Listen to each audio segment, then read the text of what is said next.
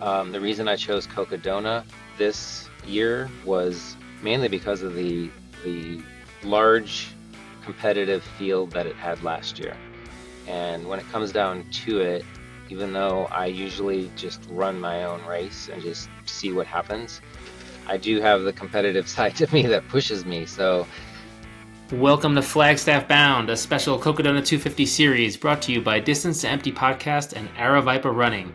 I am Kevin Goldberg, host of the Distance to Empty podcast, where we dive deep into the world of 200 plus mile races, just like Cocodona 250.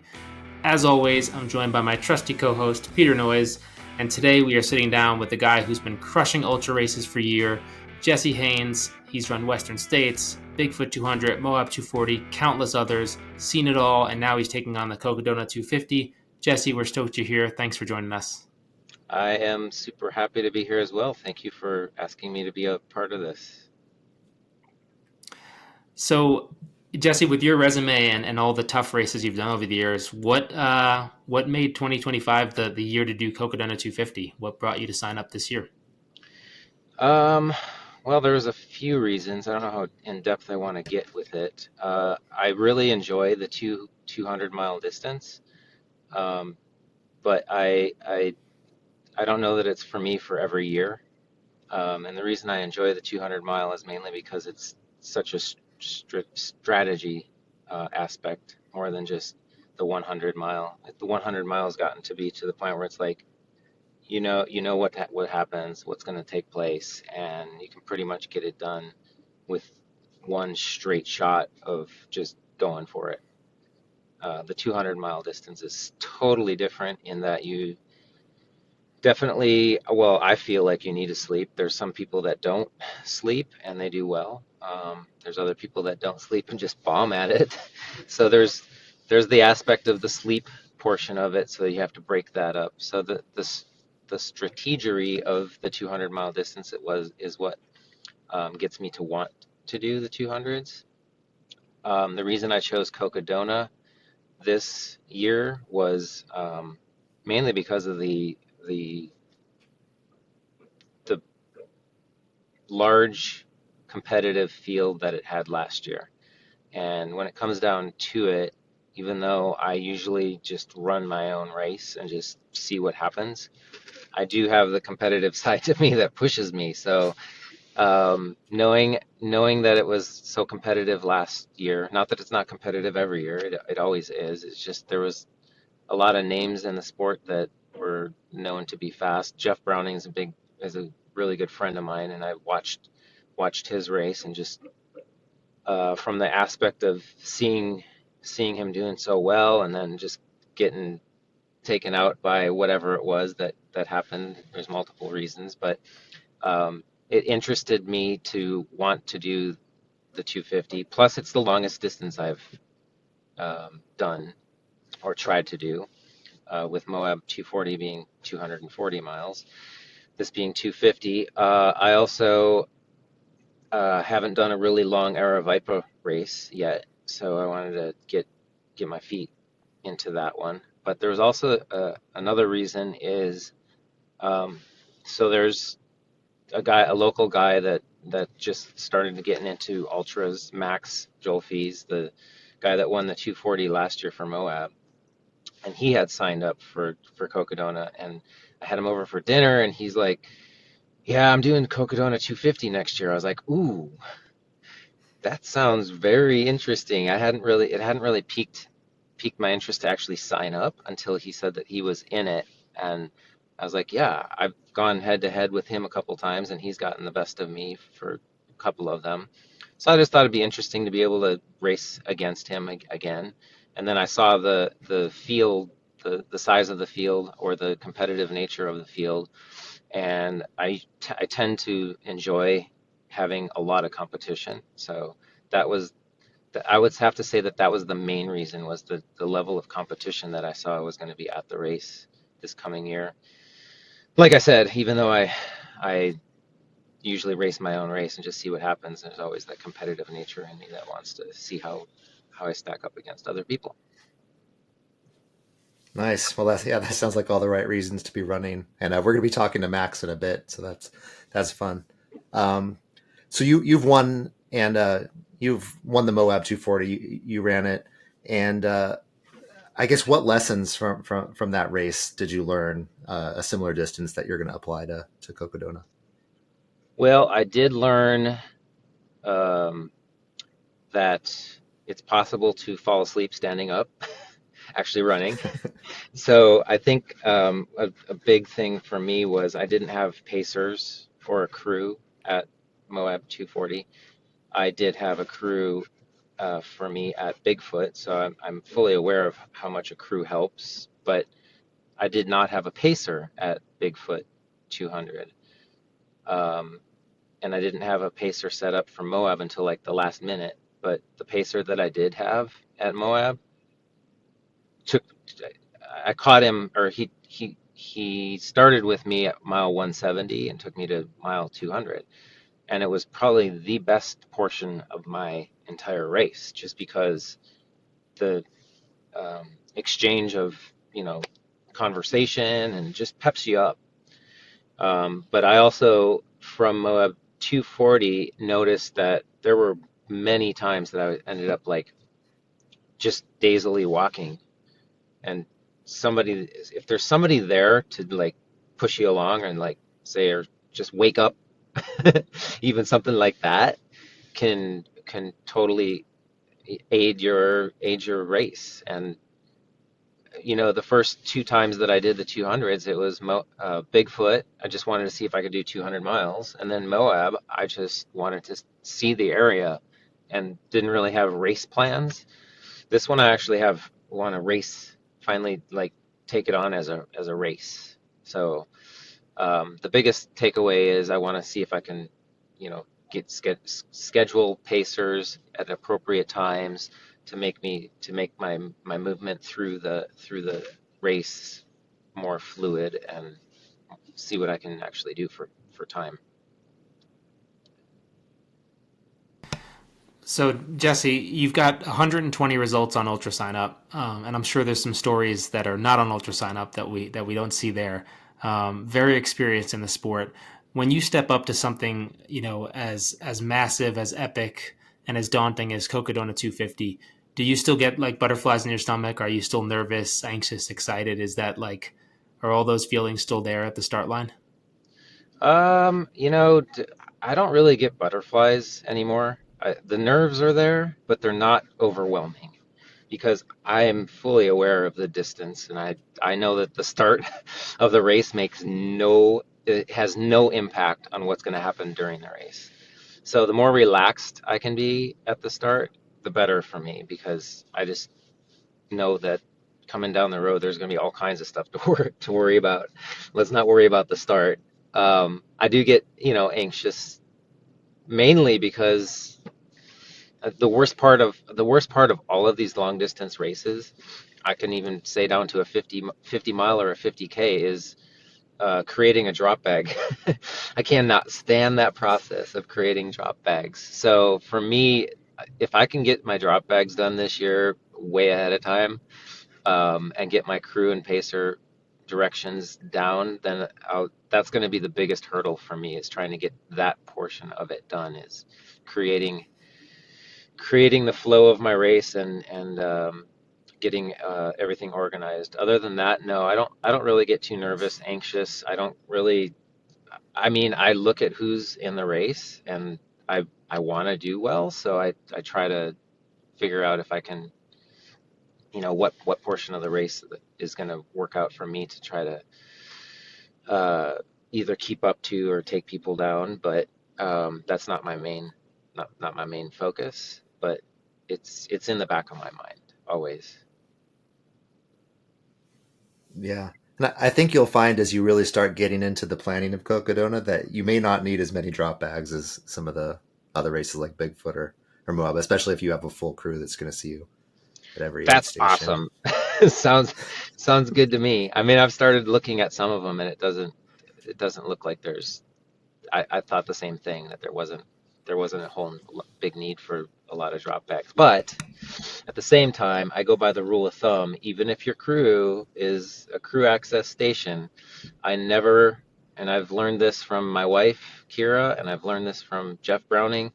Pack the drop bag in case they don't make it. So I still do drop bags, even though you don't need them sometimes, or the crew's supposed to be there. I still put what I want in the drop bag.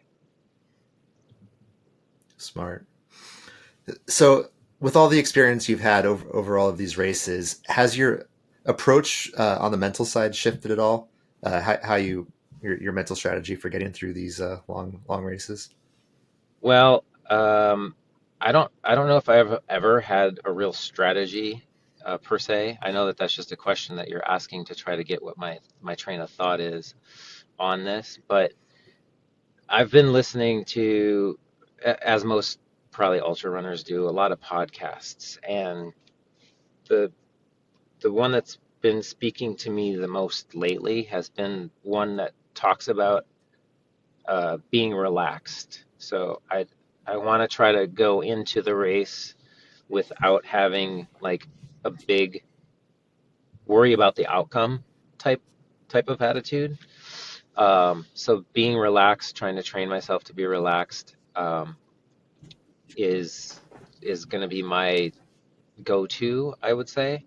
But my mental strategy for it is, there's a lot to be said about having the, looking at what's going to happen in your mind, visualization.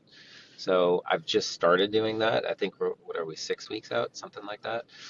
I think, leading up to the last couple weeks of the race, that's going to get more fine-tuned after I get the other stuff out of the way, like crew and drop bags and all that.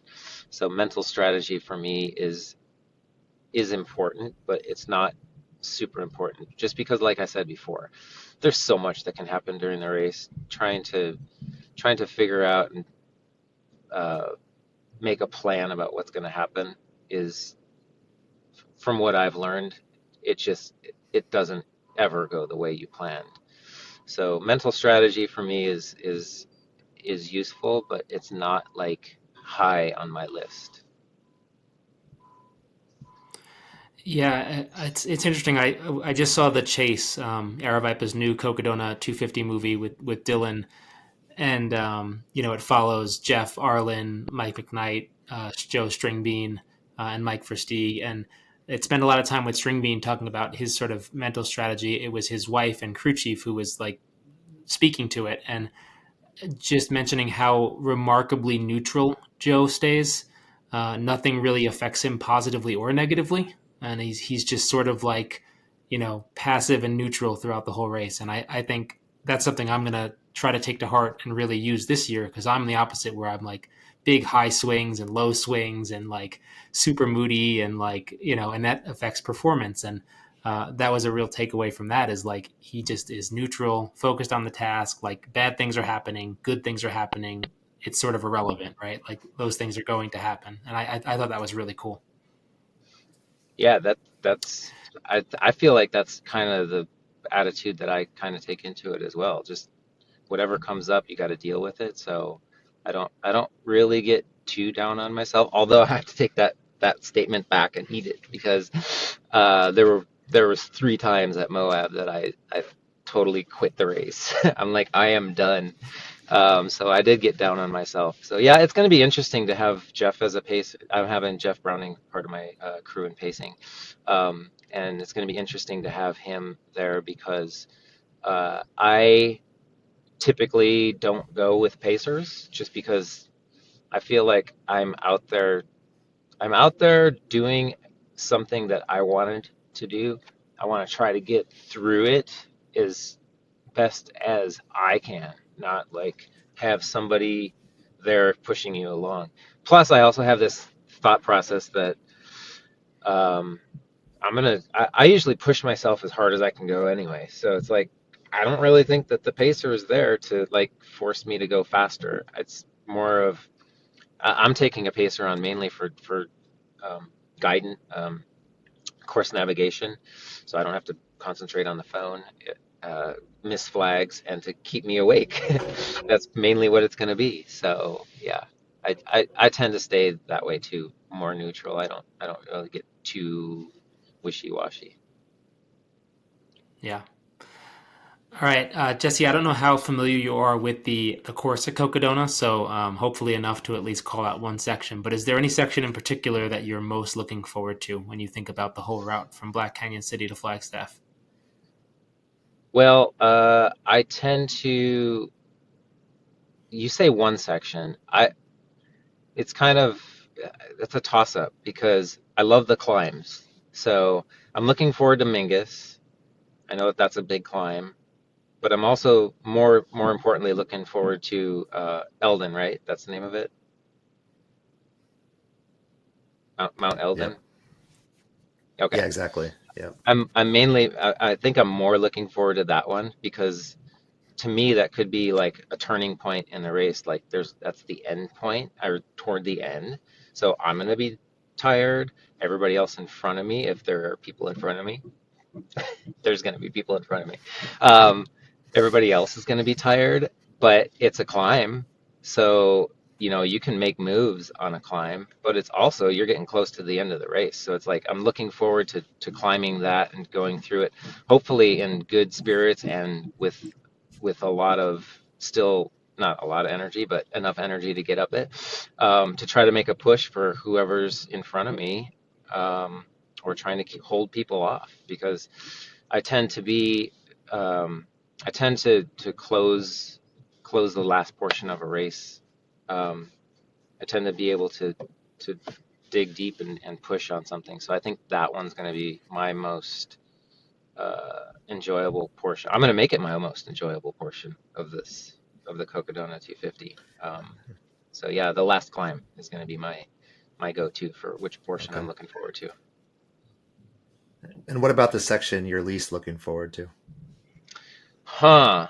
Well, I did spend a little bit of time in Sedona, um, running there a couple weekends over the past couple years, and there's a section just before you get there at I think it might be Dead Horse.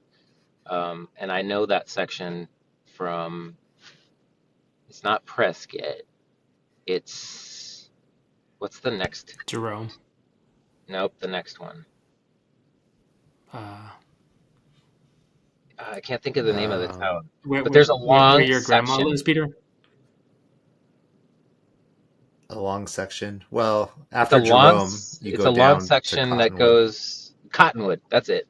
So Cottonwood to Yeah. Dead Horse. That section, I'm not really Oh, looking forward to it too much because I did see that it's like when I was there running, we did like a long run, and it's like it looked to me like it's wide open road and a grassy lane, and like didn't look very inviting when I was there last time. So that's the piece that I'm not looking forward to.